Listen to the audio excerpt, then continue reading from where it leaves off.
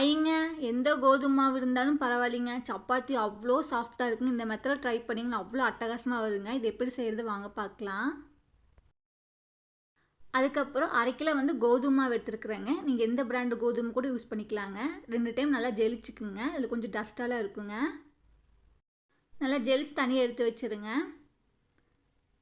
அதுக்கப்புறம் இந்த மாவு தேவையான உப்பு ஆட் பண்ணிடுங்க. அதுக்கப்புறம் நல்லா மிக்ஸ் பண்ணி விடுங்க. இதில் வந்து ஆயில் எதுவுமே ஆட் பண்ண தேவையில்லைங்க. மாவில் வந்து உப்பெல்லாம் நல்லா மிக்ஸ் ஆகி வரணுங்க. இந்த அளவுக்கு மிக்ஸ் பண்ணி எடுத்துகிட்டு வந்துடுங்க. அதுக்கப்புறம் நார்மல் தண்ணி எடுத்துக்குங்க. அதுவுமே கொஞ்சம் கொஞ்சமாக ஆட் பண்ணுங்க. ஒரே முட்டுக்கு ஆட் பண்ணிடாதீங்க. அப்புறம் மாவு வந்து ரொம்ப இலக்கமாயிருங்க. கொஞ்சம் கொஞ்சமாக தெளித்து ஆட் பண்ணுங்க. அதுக்கப்புறம் இந்த அளவுக்கு நல்லா மிக்ஸ் பண்ணி விடுங்க.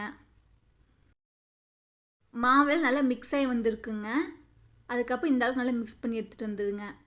நீங்கள் டேரெக்டாக அப்படியே கூட பிணைஞ்சு தனியாக வச்சிடலாங்க. உங்களுக்கு டைம் இல்லைன்னா கவுண்டர் டாப்பில் வந்து இந்த அளவுக்கு நல்லா அமுத்தி பிணைஞ்சு விடுங்க. இந்த மாதிரி இழுத்து பிணைஞ்சு விடுங்க.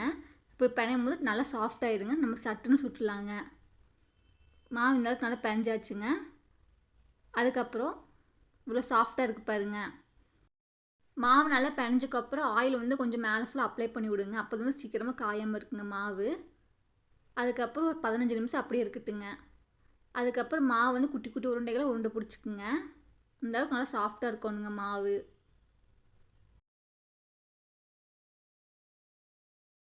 அதுக்கப்புறம் சப்பாத்தி மாவு தேய்ச்சிக்கலாங்க. எப்பவுமே வர மாவு போட்டு தேய்க்கும் போது நல்லா ரவுண்ட் ஷேப்பில் வருங்க. நம்மளுக்கு ஆப்போசிட் டைரெக்ஷனில் இந்த மாதிரி பண்ணி விடுங்க. அப்போ நல்லா அழகாக ரவுண்ட் ஷேப்பில் வருங்க. இதே மாதிரி தேய்ச்சி எடுத்துகிட்டு வந்துடலாம்.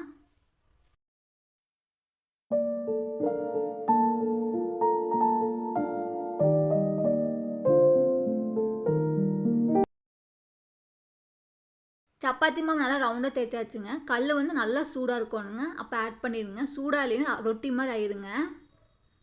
ஒரு நிமிஷத்துக்கு அப்புறம் பின்னாடி நல்லா வெந்திருக்கும். அதுக்கப்புறம் திருப்பி போட்டுருங்க. போட்டு இந்த அளவுக்கு நல்லா பபுள்ஸ் மாதிரி மேலே எழுந்து வருங்க. அதுக்கப்புறம் ஒரு டைம் திருப்பி போட்டுருங்க.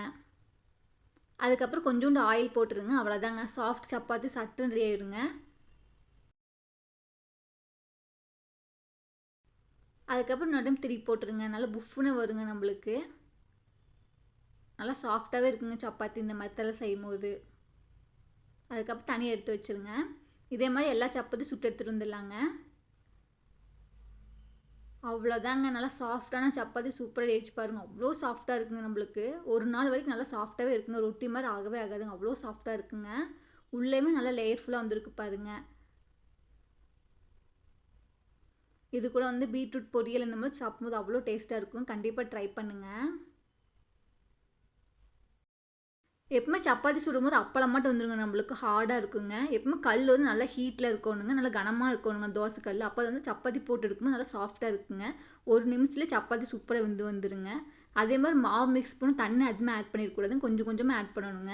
அப்போ வந்து கரெக்டாக இருக்குங்க நம்மளுக்கு. இந்த மாதிரிலாம் ட்ரை பண்ணுங்கள். சப்பாத்தி சாஃப்டாக இருங்க. ஹோப் இந்த வீடியோ உங்களுக்கு யூஸ்ஃபுல்லாக இருந்துச்சுன்னா நம்ம சேனலை சப்ஸ்கிரைப் பண்ணுங்கள். சப்ஸ்கிரைப் பண்ண எல்லாருக்கும் ரொம்ப நன்றிங்க. நெக்ஸ்ட் வீடியோவில் பார்க்கலாங்க. பாய்ங்க.